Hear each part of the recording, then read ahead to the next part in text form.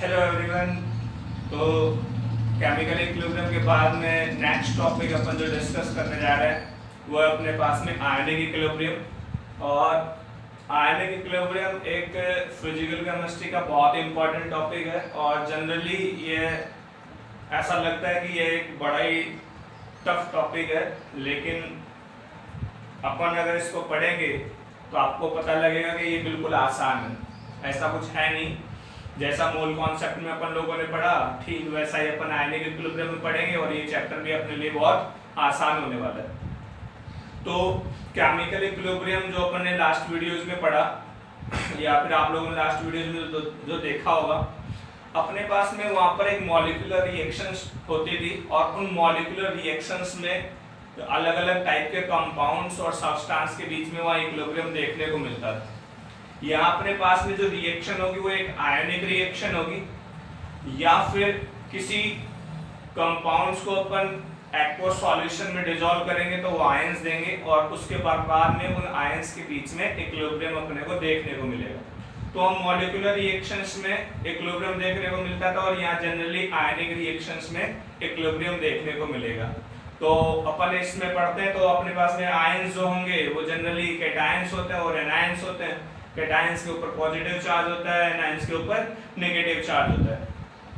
लेकिन ionic equilibrium start करने से पहले अपने को एक जनरल थ्योरीज पता होनी चाहिए जो कि है एसिड बेस थ्योरीज। अगर एसिड बेस थ्योरीज अगर अपने को पता होगी तो ये चैप्टर अपने लिए बहुत आसान हो जाएगा। और अपन लोगों ने पुरानी क्लासेस में भी पढ़ा होगा, जब आप लोग 9-10 में पढ़ के आए होंगे कि एसिड क्या होते हैं, बेस क्या होते हैं, एसिड बेस पे अपने को क्या न्यूट्रलाइजेशन प्रोसेस पे अपने को क्या मिलता है, तो वहाँ पर सॉल्ट और वाटर अपने को मिलता है। तो ये सारी थ्योरीज अपन पढ़े, उसके बाद में अपन आयनिक इक्विलिब्रियम में आगे चलेंगे, आगे डिस्कस करेंगे।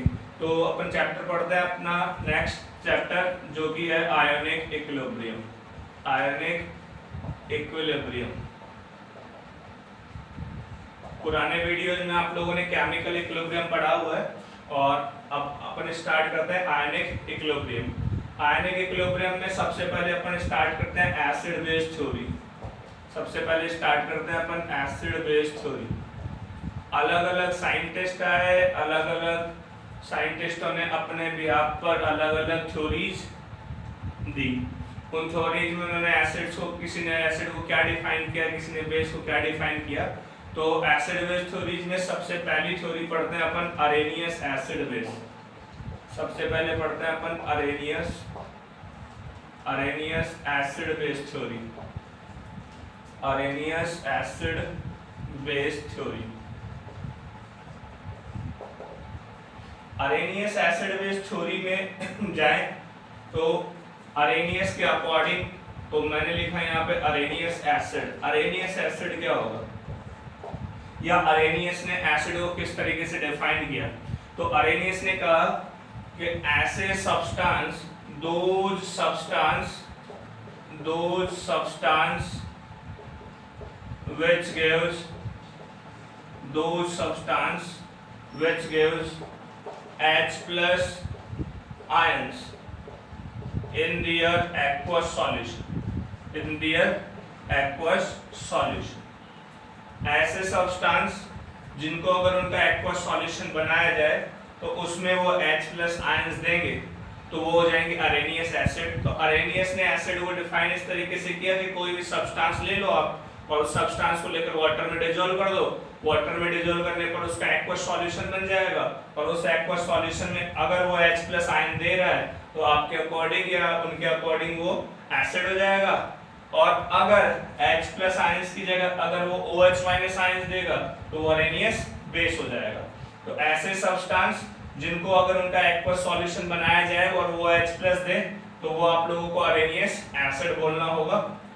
जैसे HCl है, HCl को आप लोगों ने एक्वस में डाला तो ये आप लोगों के पास में बना देता है H plus aqueous plus Cl minus aqueous.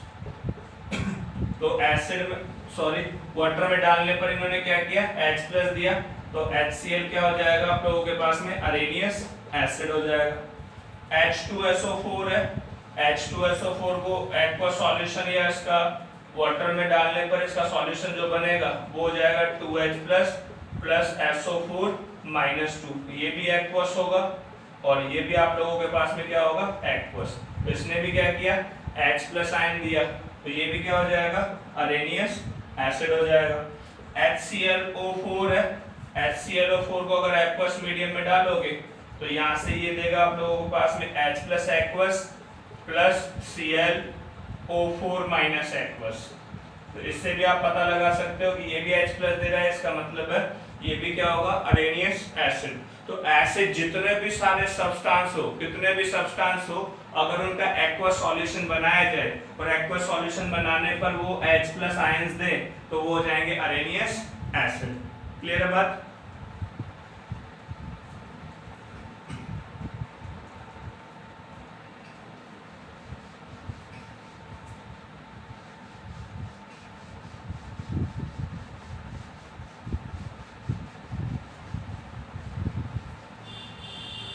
ठीक इसी तरह से अपन अरेनियस बेस क्या होगा, अरेनियस बेस वही जो एक्वस सॉल्यूशन में H प्लस दे वो अरेनियस एसिड, और जो एक्वस सॉल्यूशन में OH माइनस आयन दे वो क्या हो जाएगा अरेनियस बेस। तो दो सब्सटेंस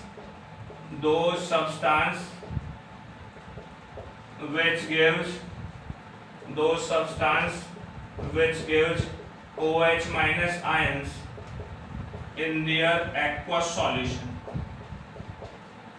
or dissolving in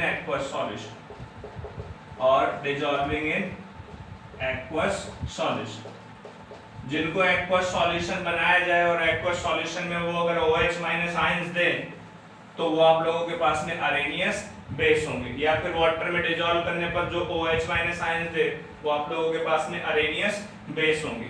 जैसे आप लोगों ने NaOH लिया और NaOH का एक्वस सॉल्यूशन आप लोगों ने बनाया तो ये आपके पास में देता है Na plus aqueous plus OH minus aqueous. तो इसने OH माइनस दिया तो ये हो जाएगा आप लोगों के पास में अरेनियस बेस।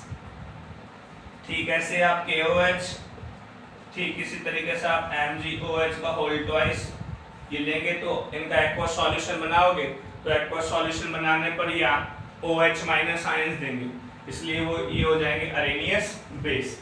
तो जो एक्वस सॉल्यूशन में H प्लस दे अरेनियस एसिड, और जो एक्वस सॉल्यूशन में OH माइनस दे वो अरेनियस बेस होंगे। क्लियर है बात?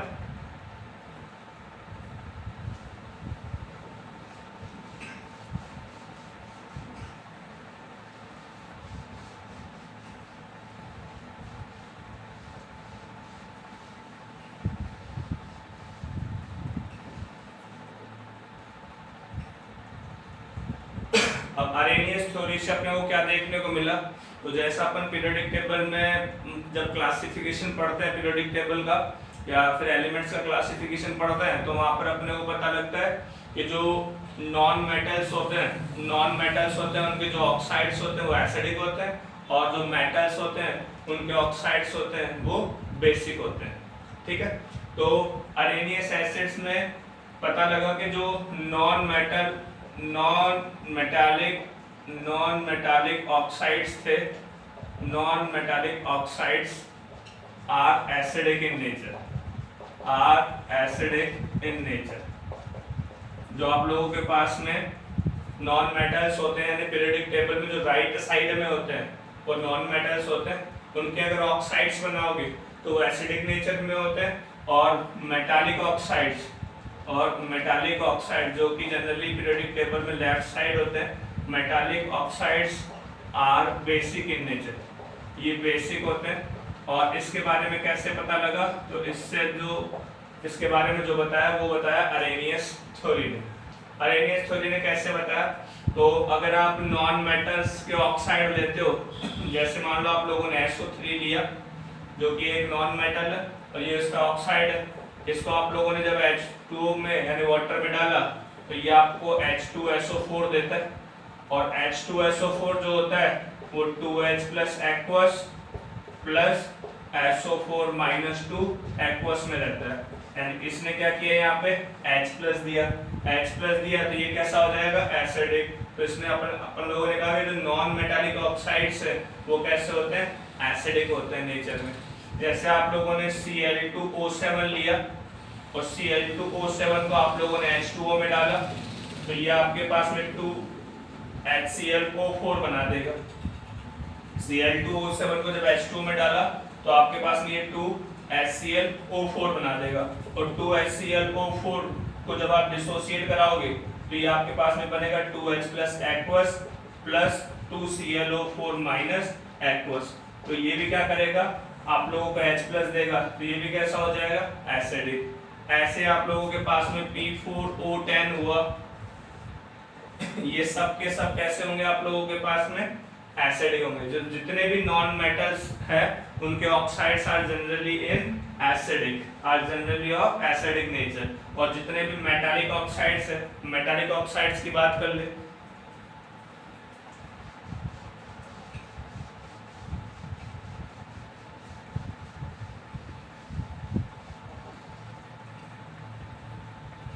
जैसे मान लो आप लोगों ने Na2O लिया, Na2O को जब आप लोगों ने H2O के साथ मिलाया तो ये आप लोगों को देता है NaOH। ये आप लोगों को क्या देता है, NaOH, ठीक है।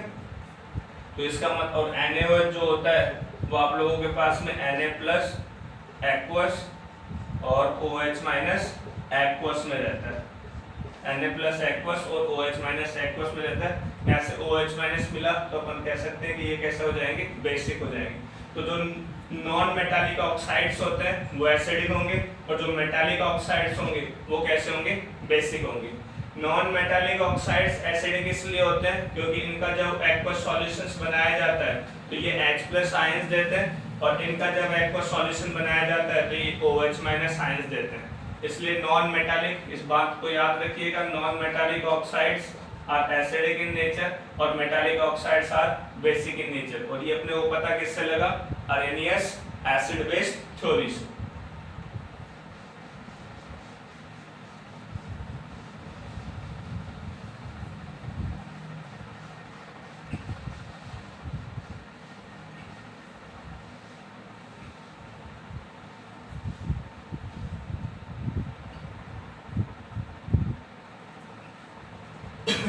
अरेनियस एसिड बेस थ्योरी का ड्रॉबैक क्या है, तो ड्रॉबैक ये है कि कई बार ऐसे सब्सटेंस देखने को मिले, उन सब्सटेंस को अगर आप लोगों ने एक्वस सॉल्यूशन में डाला तो उन्होंने ना तो H प्लस आयंस दिया और ना ही OH माइनस आयंस दिया। तो इसका मतलब है अरेनियस के अकॉर्डिंग ना तो वो एसिड्स होंगे और ना ही वो अरेनियस बेस होंगे।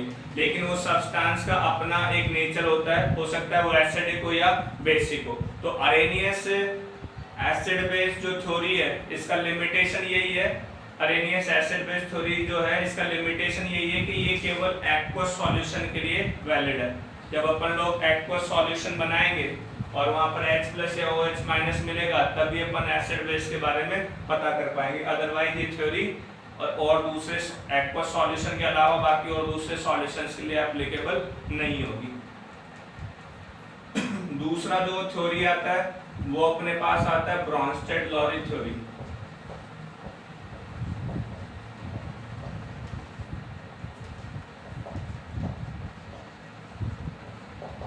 वो आता आप लोगों के पास में ब्रॉन्स्टेड-लॉरी थ्योरी। ब्रॉन्स्टेड के अकॉर्डिंग अरेनियस के अकॉर्डिंग एसिड बेस देगा। अब पता करते हैं ब्रॉन्स्टेड के अकॉर्डिंग एसिड बेस क्या होगा। तो इन्होंने अपन ने ऐसे लिखा ब्रॉन्स्टेड-लॉरी एसिड। ब्रॉन्स्टेड-लॉरी एसिड क्या है, तो दो substance which gives H plus ion or proton, दो substance which gives H plus ion or proton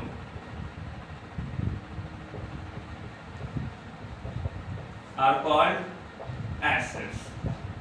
यानी ऐसे सब्सटेंस जो या तो H प्लस आयन दे या प्रोटॉन डोनेट करे उनको तो बोला जाएगा ब्रॉन्स्टेड-लॉरी एसिड्स, और जो H प्लस आयन या प्रोटॉन डोनर होगा, H प्लस या प्रोटॉन डोनर होगा, प्रोटॉन डोनर जो होगा उसको तो बोलेंगे एसिड, और जो H प्लस या प्रोटॉन एक्सेप्टर होगा, प्रोटॉन एक्सेप्टर होगा, उसको बोला जाएगा बेस।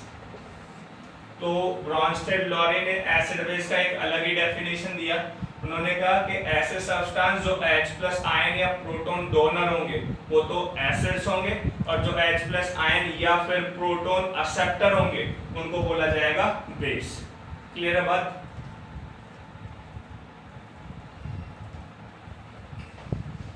इनके अकॉर्डिंग एसिड्स और बेस देख लेते हैं कि कौन कौन से एसिड होंगे और कौन कौन से बेस होंगे।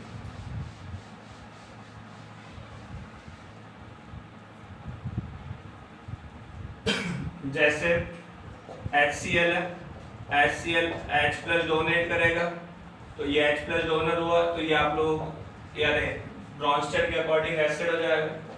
H2SO4 हुआ, ये 2H plus plus SO4 minus 2 देगा, ये भी कैसा हो जाएगा एसिड, क्योंकि ये क्या कर रहा है प्रोटॉन डोनेट कर रहा है।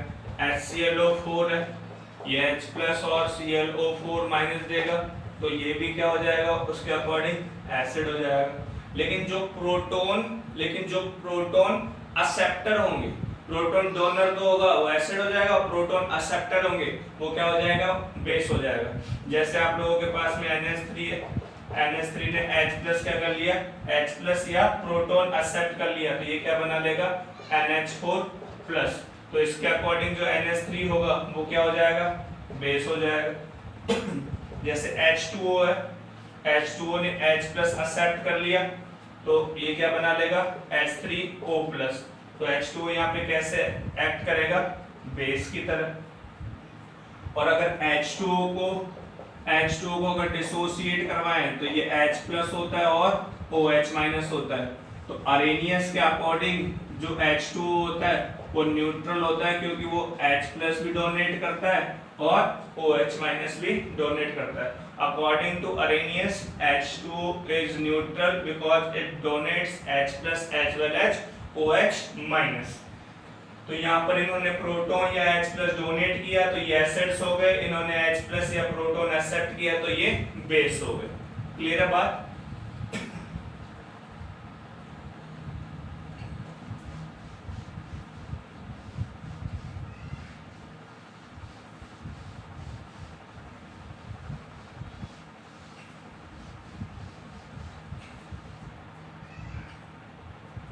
अब इसमें आता है conjugate acid base pair. Conjugate acid base pair CABP, conjugate acid base pair. Conjugate acid base pair क्या होंगे तो ध्यान से देखिएगा, कॉन्जुगेट जब भी बनता है, कॉन्जुगेट एसिड बेस पेयर जो होते हैं इनमें केवल H प्लस का डिफरेंस होता है, इनमें केवल H प्लस का डिफरेंस होता है। These are differ by only H plus का डिफरेंस होता है। तो कॉन्जुगेट एसिड बेस पेयर आप लिख सकते हो, conjugate acid base pair are differ by H plus, केवल सिंगल H प्लस का डिफरेंस होगा, 2 H प्लस का डिफरेंस नहीं होगा, केवल सिंगल यानी एक H प्लस का डिफरेंस होगा। तो कॉन्जुगेट एसिड बेस पेयर होगा, अगर उनको आप कंपेयर करोगे तो एक में H प्लस कम निकलेगा और एक में H प्लस ज्यादा निकलेगा, यानी H प्लस का डिफरेंस होता है। कोई भी जब एसिड लेते हो और उस एसिड ने अगर H प्लस डोनेट कर दिया तो जो रिमेनिंग पार्ट बचता है वो आपके पास में क्या हो जाएगा कॉन्जुगेट बेस हो जाएगा। यानी एसिड्स जो होंगे वो H प्लस डोनेट करने के बाद में क्या बनाएंगे कॉन्जुगेट बेस, और जो बेस होंगे वो H प्लस एक्सेप्ट करने के बाद में क्या बनाएंगे कॉन्जुगेट एसिड। बात समझ में आ गई? यानी एसिड्स जो होंगे वो H प्लस डोनेट कर देंगे और H प्लस डोनेट करने के बाद में जो रिमेनिंग पार्ट बचेगा वो कैसा हो जाएगा कॉन्जुगेट बेस हो जाएगा। एसिड H प्लस डोनेट करने के बाद में कॉन्जुगेट बेस बनाते हैं और बेस H प्लस एक्सेप्ट करने के बाद में कॉन्जुगेट एसिड बनाता है। जैसे HCl है, HCl ने H प्लस दिया और साथ ही साथ Cl माइनस दिया। अब देखो इस रिएक्शन को देखकर सबसे पहले तो अपने को डिसाइड ये करना है कि HCl क्या होगा। अब अपने को तो वैसे पता है कि HCl जो होता है वो एसिड होता है, लेकिन अपन देखेंगे कि HCl जो है ये जब डिसोसिएट हो रहा है तो H प्लस दे रहा है। तो कोई भी कंपाउंड या कोई भी सब्सटेंस जब H प्लस देता है तो क्या होता है, एसिड होता है। तो सबसे पहले अपन बात करेंगे कि ये क्या हो जाएगा, एसिड हो गया। और इस एसिड ने क्या किया, H प्लस डोनेट कर दिया, और H प्लस डोनेट कर दिया या H प्लस निकाल दिया, तो H प्लस निकाल दिया तो ये बाकी का अमाउंट, ये बाकी का जो सब्सटेंस बचा ये कैसा हो जाएगा, कॉन्जुगेट बेस हो जाएगा। एसिड्स जो होते हैं वो H प्लस डोनेट करने के बाद में क्या बनाते हैं, कॉन्जुगेट बेस बनाते हैं। जैसे H2SO4 हुआ, H2SO4 ने एक H प्लस दिया और साथ ही साथ ये बना HSO4 माइनस। तो H2SO4 अपन जानते हैं क्या है, एसिड, और इस एसिड ने H प्लस डोनेट कर दिया तो ये रिमेनिंग पार्ट क्या बनेगा, कॉन्जुगेट बेस। ठीक इसी तरीके से HSO4 माइनस का वापस से अगर डिसोसिएशन करवाया तो ये बनाएगा H प्लस और SO4 माइनस 2। तो अब के बार ये क्या होगा, अब के बार ये क्या होगा, एसिड हो जाएगा। ये एसिड क्यों हो जाएगा, क्योंकि इसने H प्लस डोनेट कर दिया तो ये एसिड हो गया, तो इसका ये क्या हो गया, कॉन्जुगेट बेस। अब देखो इस एसिड का H2SO4 का कॉन्जुगेट बेस क्या बना, HSO4 माइनस, और HSO4 माइनस का कॉन्जुगेट बेस क्या बना, SO4 माइनस 2। लेकिन वो ऐसे कहता है कि SO4 minus 2, SO4 minus 2 is a conjugate base of H2SO4. Is it right or wrong? SO4 minus 2 is a conjugate base of H2SO4. Is right or wrong? तो ये आपके पास में क्या हो जाएगा, गलत हो जाएगा। क्यों हो जाएगा, मैंने कहा था कॉन्जुगेट एसिड बेस का जो पेयर होता है केवल और केवल उनमें एक H प्लस का डिफरेंस होता है। आप जब यहाँ पर देखोगे तो आपको 2 H प्लस का डिफरेंस आएगा। तो SO4 minus 2, SO4 minus 2 is a conjugate base of HSO4 minus, तो is a conjugate base of HSO4 minus। अब क्या होगा, ये सही हो जाएगा। तो जब भी आपको conjugate acid base पेयर निकालना हो तो आप देखना उनमें केवल एक H प्लस का डिफरेंस होना चाहिए। अगर एक H प्लस का डिफरेंस है तो conjugate acid base पेयर होंगे, अदरवाइज नहीं होंगे। क्लियर है बात, यानी एसिड जो होते हैं वो H प्लस डोनेट करने के बाद में जो रिमेनिंग पार्ट बचता है वो कॉन्जुगेट बेस होता है, और बेस H प्लस एक्सेप्ट करने के बाद में जो बनाता है वो कॉन्जुगेट एसिड हो जाता है।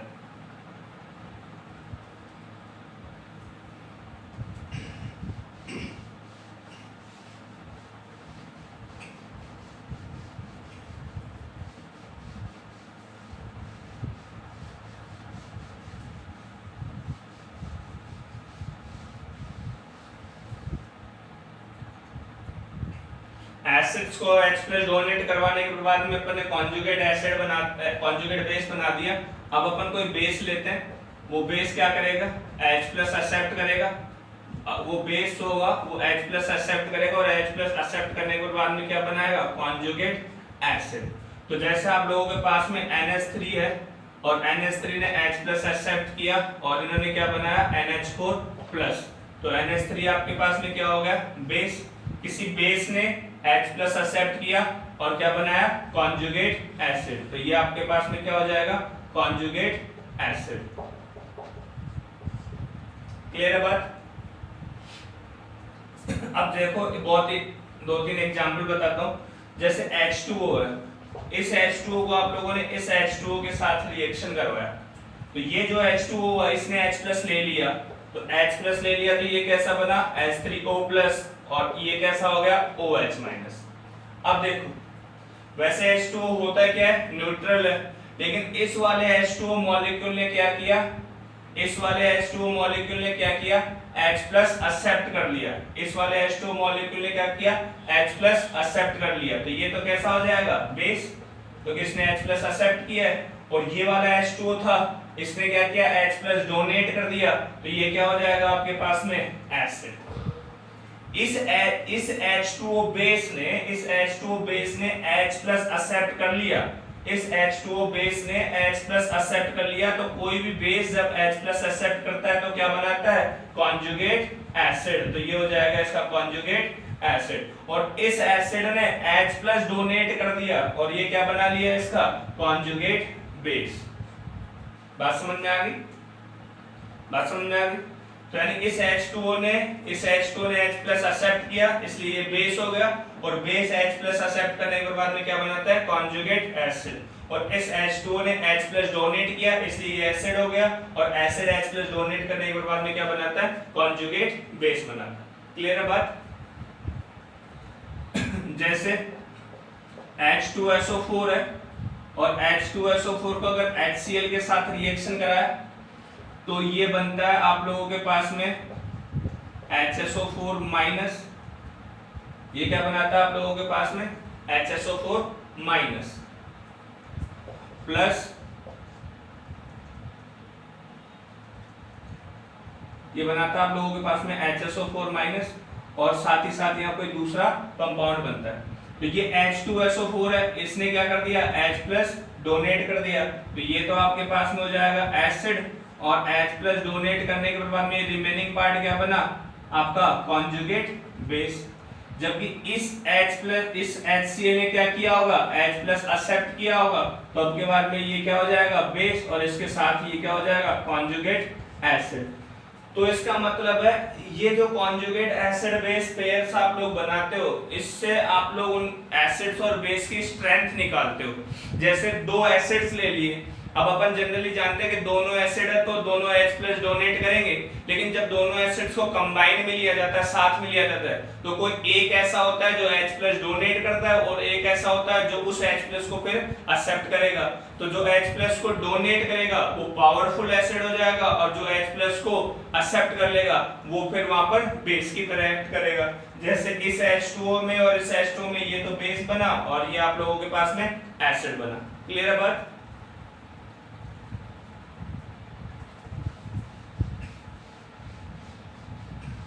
तो ये होता है आप लोगों के पास में कॉन्जुगेट एसिड बेस पेयर।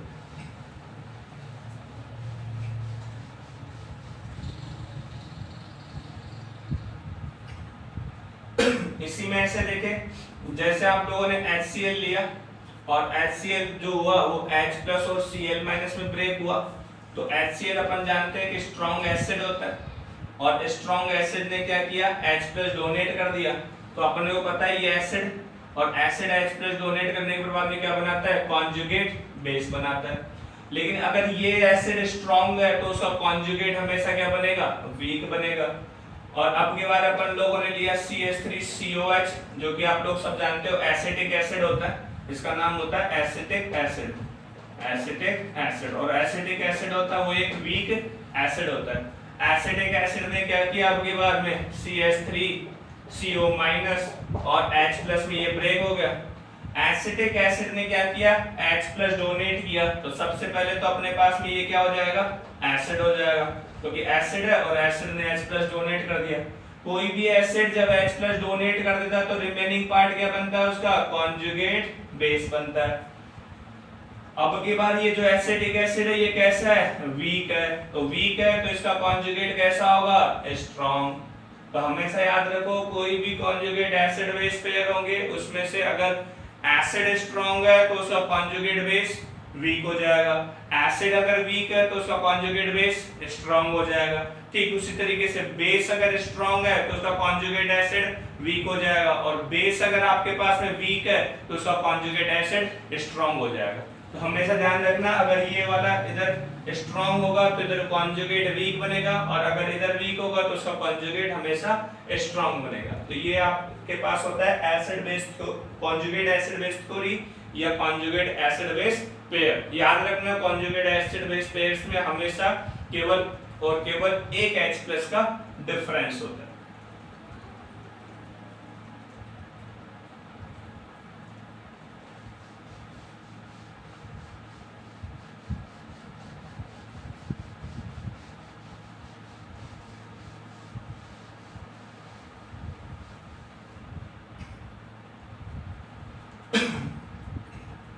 अब इसमें आप लोग कॉन्जुगेट एसिड बेस थ्योरी पढ़ने के बाद में अपन आसानी से उनका स्ट्रेंथ पता लगा सकते हैं कि अगर एक स्ट्रॉन्ग है तो उसका कॉन्जुगेट हमेशा क्या बनेगा? वीक बनेगा, और अगर एसिड या बेस अगर वीक है तो उसका कॉन्जुगेट हमेशा क्या बनेगा? स्ट्रॉन्ग बनेगा। क्लियर है बात? उसके बाद अपने पास में तीसरा जो आता है थ्योरी, वो आता है अपने पास में लोवेस acid base theory. लोवेस acid base theory पहला अपन लोगों ने पढ़ा अरेनियस एसिड बेस थ्योरी, दूसरा पढ़ा Brønsted Loni acid base theory, और तीसरा पढ़ता है लोवेस एसिड बेस थ्योरी। तो लोवेस के अकॉर्डिंग एसिड्स कौन से होंगे, तो लोवेस एसिड्स कौन से होंगे, तो लोवेस एसिड्स वो होंगे जो लॉन पेयर एक्सेप्ट करेंगे, जो लॉन पेयर एक्सेप्ट करेंगे। तो जो लॉन पेयर एक्सेप्ट करेगा वो लोवेस एसिड हो जाएगा, और जो लोवेस बेस किसको कहा, तो जो लॉन पेयर डोनेट करेगा। तो लॉन पेयर डोनर जो होगा वो लोवेस बेस हो जाएगा, और लॉन पेयर एक्सेप्टर जो होगा वो आप लोगों के पास में लोवेस एसिड हो जाएगा। लॉन पेयर एक्सेप्ट कौन करेगा, लॉन पेयर क्या होता है, आप लोगों के पास में unbonded pair of electrons. Lone pair क्या होता है, तो लॉन पेयर जो होता है आप लोगों के पास में वो होता है unbonded pair of electron. Electron का ऐसा पेयर होता है जो बॉन्डिंग में पार्टिसिपेट नहीं करता, वो लॉन पेयर होता है। और लॉन पेयर एक्सेप्टर जो होगा उसको उन्होंने कहा कि एसिड होता है, जो लॉन पेयर डोनेट करता है वो आप लोगों के पास में लोवेस बेस होता है।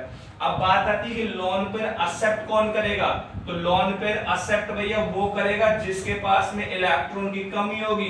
तो इलेक्ट्रॉन डेफिशिएंट जो होगा जिसके पास में इलेक्ट्रॉन की कमी होगी वो भी लोवेस एसिड होगा। इलेक्ट्रॉन डेफिशिएंट हो या फिर जिसके पास में वैकेंट ऑर्बिटल हो, यानी उसका ऑर्बिटल क्या हो, खाली पड़ा हो, ताकि वो ऑर्बिटल में उस इलेक्ट्रॉन्स को क्या करे, ले ले, उन लॉन पेयर्स को ले ले। यानी वैकेंट ऑर्बिटल अगर नहीं होगा तो वो लॉन पेयर वो लेगा कहां, तो इसका मतलब है लोवेस एसिड वही बनेगा जो लॉन पेयर एक्सेप्ट तो करे लेकिन साथ ही साथ में उसके पास में इलेक्ट्रॉन की क्या होनी चाहिए, कमी होनी चाहिए। तो इलेक्ट्रॉन की कमी होगी तभी एक्सेप्ट करेगा। या फिर वैकेंट ऑर्बिटल होना चाहिए, अगर ऑर्बिटल उसके पास में खाली ही नहीं है तो फिर वो क्या लॉन पेयर एक्सेप्ट कर सकता है, नहीं करेगा। या फिर जिनका इनकम्प्लीट ऑक्टेट हो, तो ये चार बातें बहुत इंपॉर्टेंट है, इनको ध्यान रखिएगा। इनकम्प्लीट ऑक्टेट होना, जिसका इनकम्प्लीट ऑक्टेट होगा वो आप लोगों के पास में लोवेस एसिड की तरह एक्ट करेगा। बात समझ में आ रही है ना, ठीक है। तो लोवेस एसिड कौन कौन से होंगे, तो लोवेस एसिड वो होंगे जो लॉन पेयर आप लोगों के पास में लॉन पेयर एक्सेप्ट करे। लॉन पेयर एक्सेप्ट तभी करेगा जब इलेक्ट्रॉन का कमी होगा, और जब इलेक्ट्रॉन की कमी होगी तो आप लोग कह सकते हो कि उनके पास में वैकेंट ऑर्बिटल्स होंगे, यानी ऑर्बिटल्स खाली पड़े होंगे, या फिर उनका इनकम्प्लीट ऑक्टेट यानी उनका ऑक्टेट कंप्लीट नहीं हो रहा होगा, उनको तो अपन बोलेंगे कि लोवेस एसिड। और लोवेस बेस क्या, लोवेस बेस मतलब जो लॉन पेयर डोनेट करे। लॉन पेयर डोनेट करे इसका मतलब है कि इनके पास में क्या होगा, इलेक्ट्रॉन ज्यादा होंगे, तो ये क्या होंगे, इलेक्ट्रॉन रिच होंगे। ये क्या होंगे, इलेक्ट्रॉन रिच होंगे, तो इनके पास में इलेक्ट्रॉन ज्यादा होगा, इसलिए क्या करेंगे, लॉन पेयर डोनेट कर देंगे। क्लियर है बात।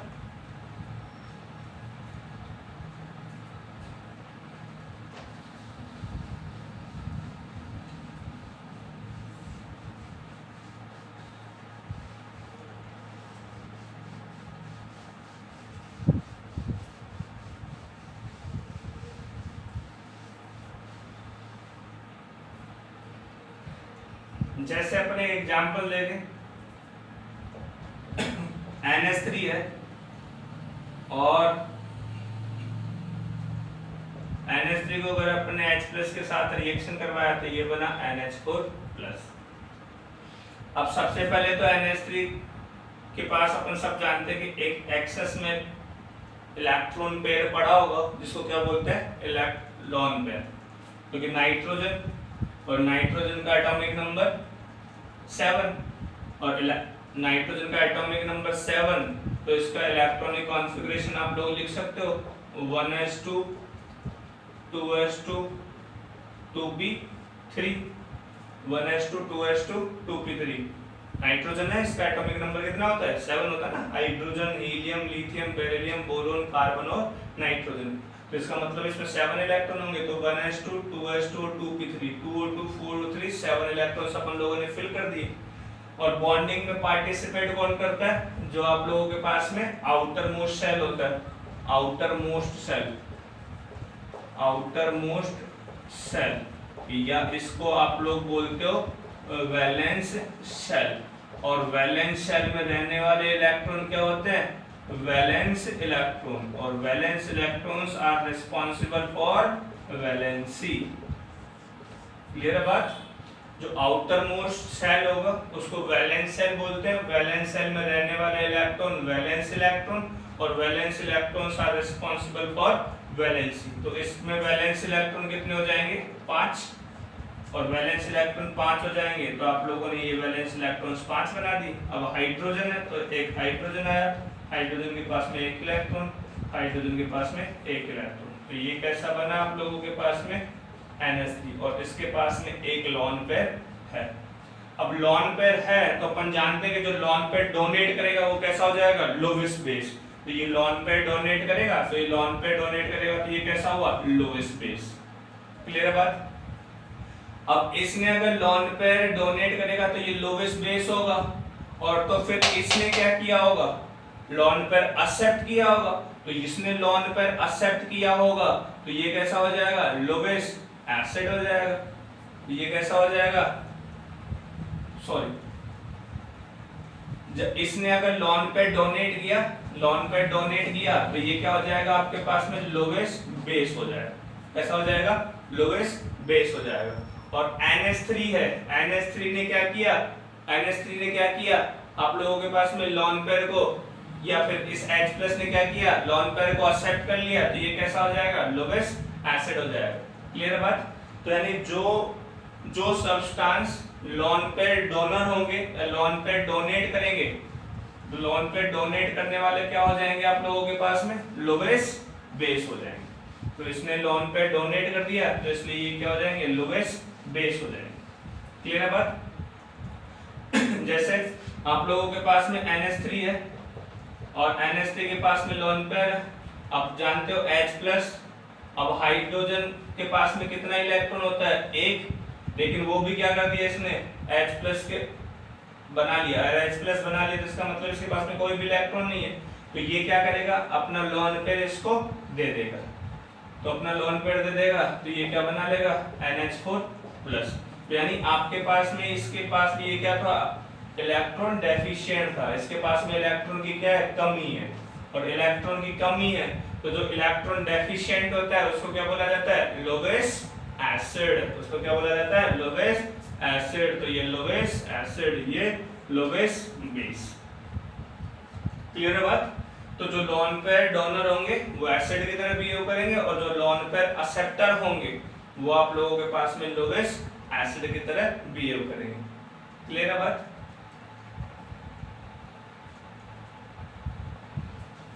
तो ये था आप लोगों के पास में लोवेस्ट एसिड बेस थ्योरी।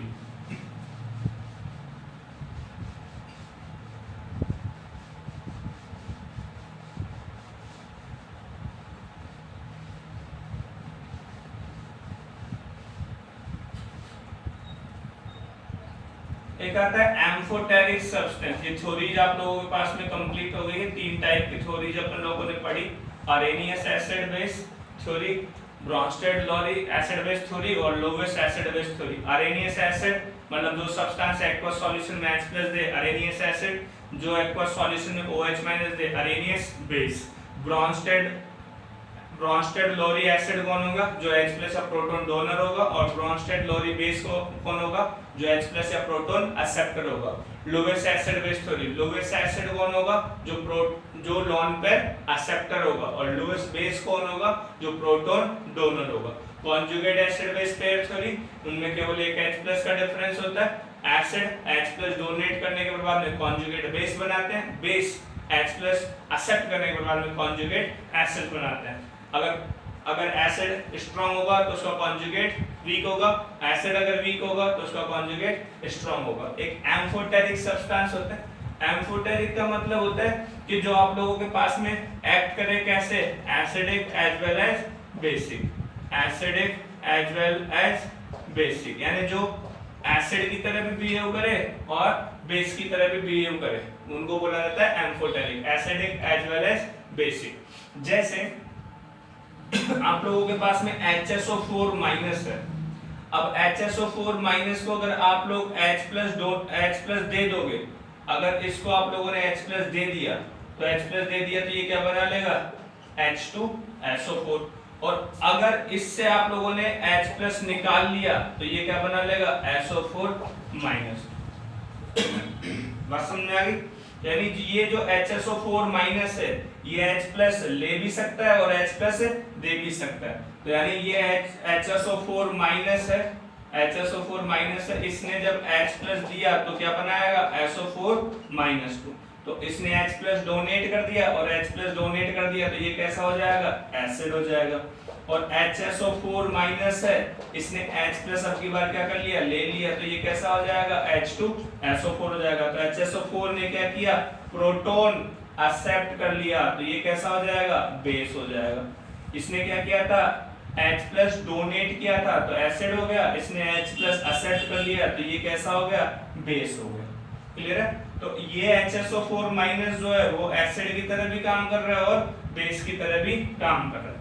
एक और एग्जांपल अपन देख ले, HS माइनस, HS माइनस है, तो HS माइनस अगर इसको आप लोगों ने H+ दे दिया तो ये बन जाएगा आपके पास में H2S, तो ये HS माइनस है, इसने H+ एक्सेप्ट कर लिया, इसका मतलब ये कैसा हो जाएगा आपके पास में, बेस। और HS माइनस है, अगर इसने H+ डोनेट कर दिया तो ये कैसा हो जाएगा, HS माइनस ने H+ डोनेट कर दिया तो क्या हो जाएगा, एसिड। तो जो H+ डोनेट कर दे, एसिड्स जो H+ एक्सेप्ट कर ले, कैसा हो जाएगा, बेस। यानी HS माइनस जो है वो डिपेंड करेगा कि वो कैसे और किस टाइप की रिएक्शंस में लिया हुआ है, तो ये एसिडिक भी काम करता है और ये बेसिक भी काम करता है। HSO4 माइनस होगा, ये एसिड की तरह भी काम करेगा और बेस की तरह भी काम करेगा।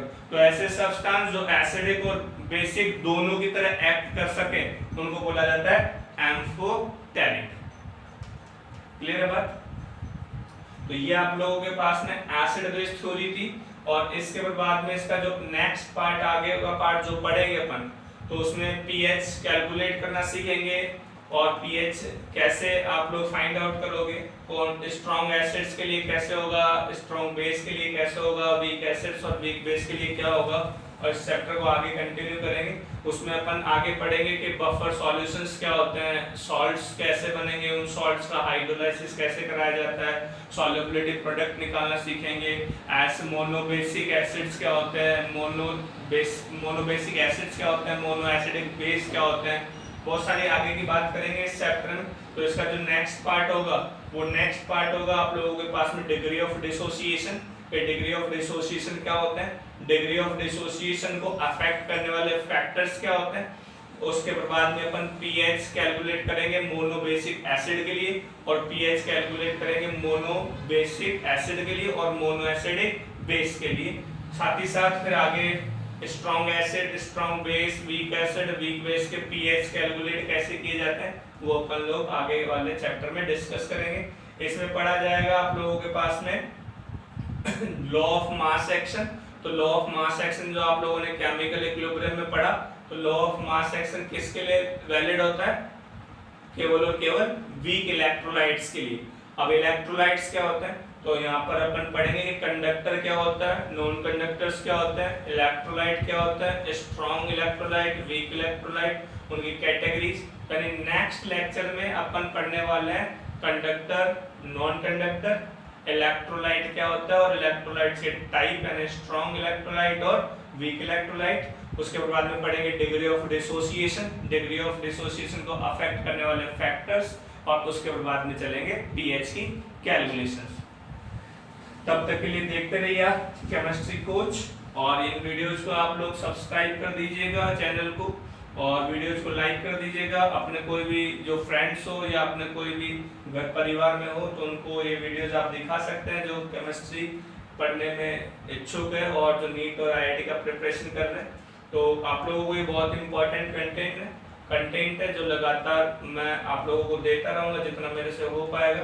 तो आप लोग चैनल को जितना ज़्यादा सब्सक्राइब करेंगे या वीडियोस को जितना ज़्यादा लाइक करेंगे मुझे उतना मोटिवेशन मिलेगा। मैं ज़्यादा कुछ नहीं चाहता, लेकिन ये है कि अगर इन वीडियोस को अगर कोई देख रहा होगा और अगर वो इनसे फ़ायदा ले रहा होगा तो मुझे थोड़ा सा अच्छा लगता है कि चलो कुछ हो रहा है। तो मैं ज़्यादा से ज़्यादा वीडियोस आप लोगों के लिए बनाऊंगा, और अगर मुझे लगेगा कि यहाँ से कोई व्यू नहीं आ रहा है, कोई लोग देख नहीं रहे, तो मैं फिर ये वीडियोस बाद में हो सकता है मैं बंद कर दूँ। तो आप लोग इनमें अपना जितना भी प्यार है वो बनाए रखिएगा और चैनल को सब्सक्राइब कर दीजिएगा और अपने साथ के लोगों से इसको शेयर ज़रूर कर देना। Chemistry coach, thank you.